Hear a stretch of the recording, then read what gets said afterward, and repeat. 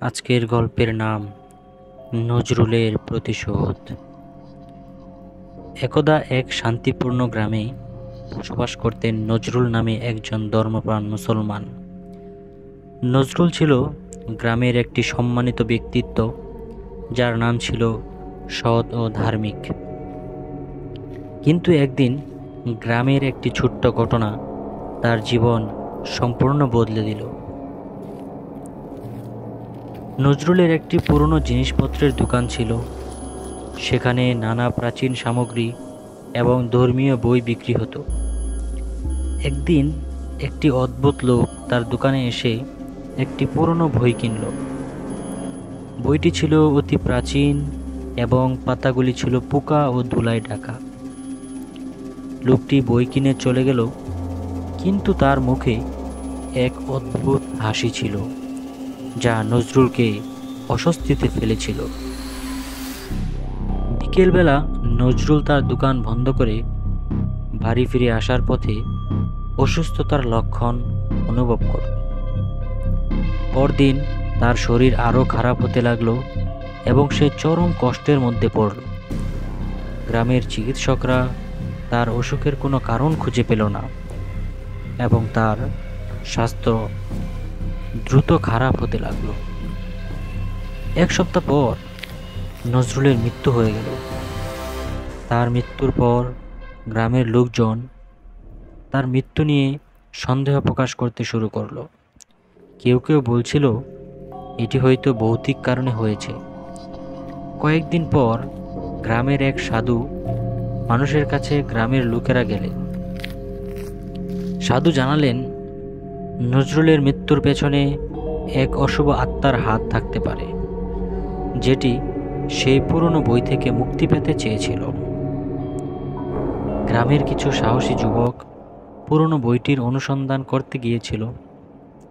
তারা দেখতে পেল যে বইটির মধ্যে একটি অশুভ ধ্যান এবং মন্ত্র লুকানো ছিল, যা এক নিষ্ঠুর আত্মাকে মুক্তি দিত। বইটি খুললে সেই আত্মা জীবিত হয়ে ওঠে এবং তাকে মুক্তির জন্য হত্যা করা হয়েছিল।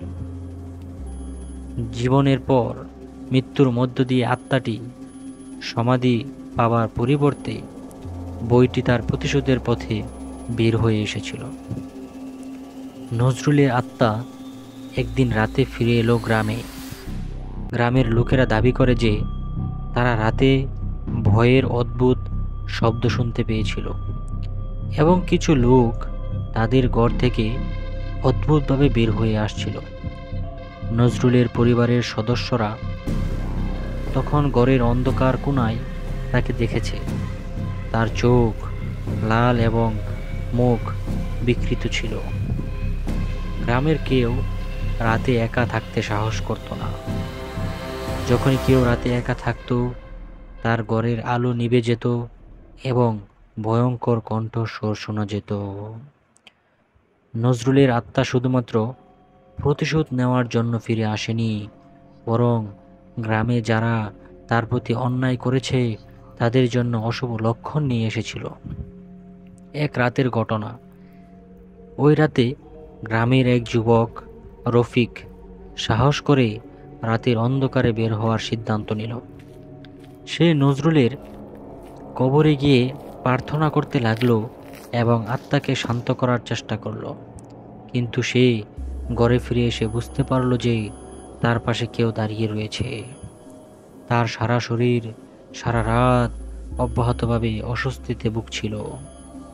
পরদিন সকালে গ্রামের লোকেরা রফিকের বাড়ি গিয়ে দেখল সে মাটির সাথে লেপ্টে পড়ে আছে এবং তার মুখে ভয়াবহ অভিব্যক্তি। রফিক বলেছিল নজরুলের আত্মা শাস্তি প্রার্থনা করেছে। আমি তাকে শান্ত করার চেষ্টা করেছি, কিন্তু আত্মার ক্রোধ বিরামহীন। এখনো গ্রামে কোনো নবাগত রাতে আসে না এবং কোনো পুরনো বাড়িগুলোর মধ্যে অন্ধকারে কিছু অদ্ভুত উপস্থিতি দেখা যায়। নজরুলের আত্মার কাহিনী গ্রামে ভয়াবহ এক স্মৃতি হিসেবে রয়ে গেছে এবং রাতের অন্ধকারে সেই ভয়ানক আত্মার কথাই এখনো কাঁপিয়ে দেয় গ্রামবাসীদের। গল্পটি কেমন লাগলো অবশ্যই কমেন্টে জানাবেন এবং লাইক, কমেন্ট ও সাবস্ক্রাইব করতে কিন্তু ভুলবেন না। ধন্যবাদ সবাইকে।